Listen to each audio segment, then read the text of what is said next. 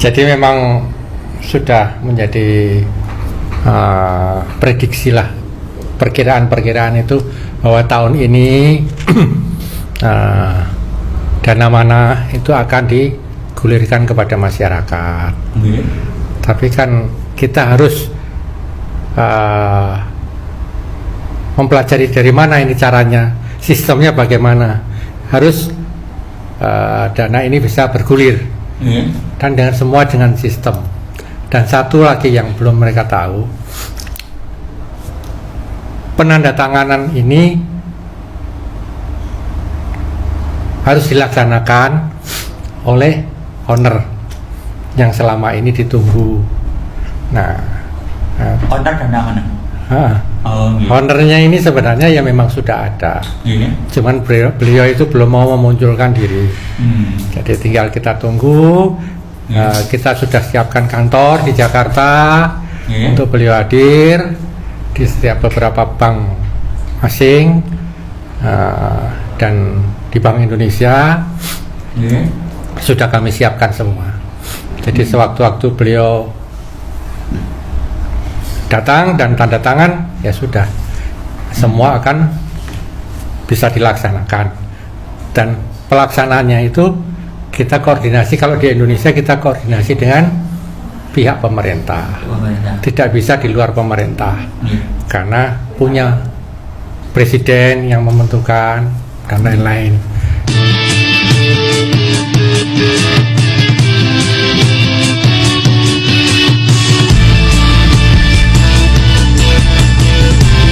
Mungkin ini bisa Bunda juga Romo ya.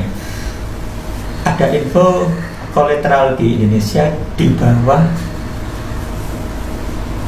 Candi Borobudur. Itu ceritanya gimana? Enggak.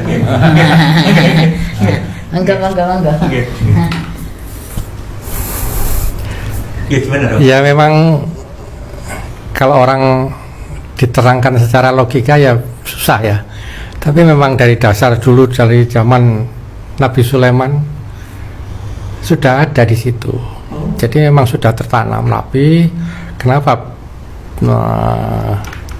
ditaruh di sana? Di bawahnya candi. Ya, sebenarnya di situ ada sistemnya yang bagaimana bisa masuk ke dalam bunker. Ya. Nah, itu ada pakai pin semua, bukan pakai dengan goib-goiban, tidak. Ini sekarang sudah menggunakan elektronik semua. Jadi pakai laser, kita lihat semua, canggih semua. Jadi sistem gudang itu sekarang sudah sangat canggih, sudah menggunakan elektronik semua. Jadi tidak dengan yang gaib tidak ada.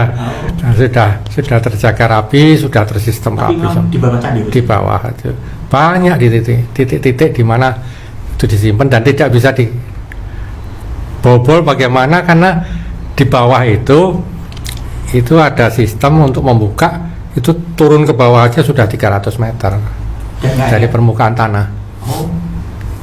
Letak gudang itu 300 meter di bawah, di tanah, di atas tanah ini ke bawah 300 meter. Dipakai lift turunnya. Jadi sistem. Di bawah candi ada liftnya? Ada lengkap semua, tapi orang tidak tahu bagaimana pakai sistemnya. Terowongan di bawah tanah itu sudah lengkap semua, canggih semua. Jadi memang kalau sekarang bagaimana contohnya? Semuanya ini saya akan sedang mempersiapkan untuk memasukkan kolateral ke Javas Bank. Nah, malam ini atau besok kolateral itu harus sudah ada di bunkernya Javas Bank. Saya harus membayar operasionalnya itu $500. Untuk pekerjaan itu. Kalau dilewatkan atas kan ketahuan bagaimana cara barang itu masuk ke sana. Tahu-tahu dalam waktu 1 hari sudah siap. Seperti kami masukkan uang ke Bank Indonesia, ke bunkernya Bank Indonesia, itu sudah dalam waktu singkat pun sudah bisa dari gudang-gudang.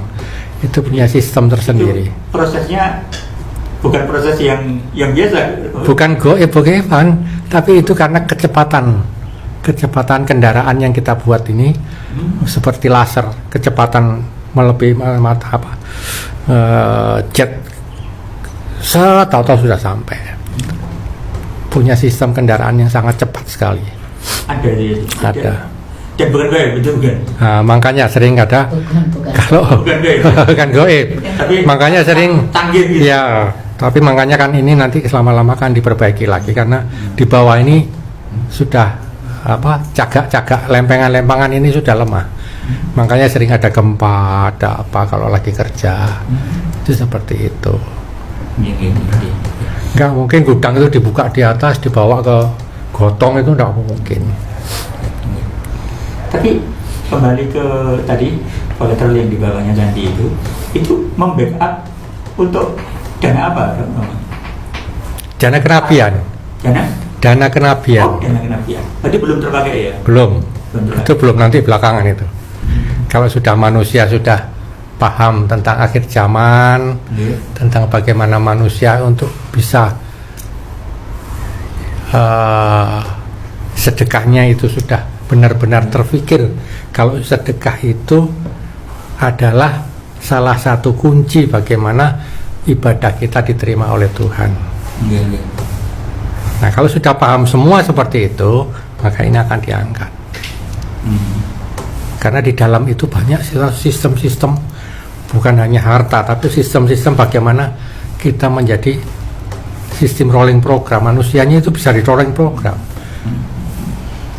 Tergantung manusia itu bagaimana melangkah, dimatikan, dihidupkan, dimatikan. Itu semuanya lengkap. Ilmu Allah itu sangat luar biasa. Yang belum bisa dipelajari oleh manusia karena baru berapa buku yang muncul ke dunia ini. Romo, Yeah. sebetulnya kan berbagai hal penting dan banyak ditunggu masyarakat tentang dana amanah. Ini kan bagian grand design dari Nusantara sebagai mercusuar dunia itu, Romo. Okay. Ya, mungkin bisa dijelaskan, Romo. Jadi memang sudah menjadi prediksi lah, perkiraan-perkiraan itu bahwa tahun ini dana mana itu akan digulirkan kepada masyarakat. Tapi kan kita harus mempelajari dari mana ini caranya, sistemnya bagaimana. Harus dana ini bisa bergulir dan dengan sistem. Dan satu lagi yang belum mereka tahu, penandatanganan ini harus dilaksanakan oleh owner yang selama ini ditunggu. Nah, Owner dana amanah. ownernya ini sebenarnya ya memang sudah ada. Cuman beliau itu belum mau memunculkan diri. Jadi tinggal kita tunggu. Kita sudah siapkan kantor di Jakarta untuk beliau hadir di setiap beberapa bank asing dan di Bank Indonesia sudah kami siapkan semua. Jadi sewaktu-waktu beliau datang dan tanda tangan, ya sudah semua akan bisa dilaksanakan. Dan pelaksanaannya itu kita koordinasi, kalau di Indonesia kita koordinasi dengan pihak pemerintah. Tidak bisa di luar pemerintah. Karena punya presiden yang menentukan dan lain-lain.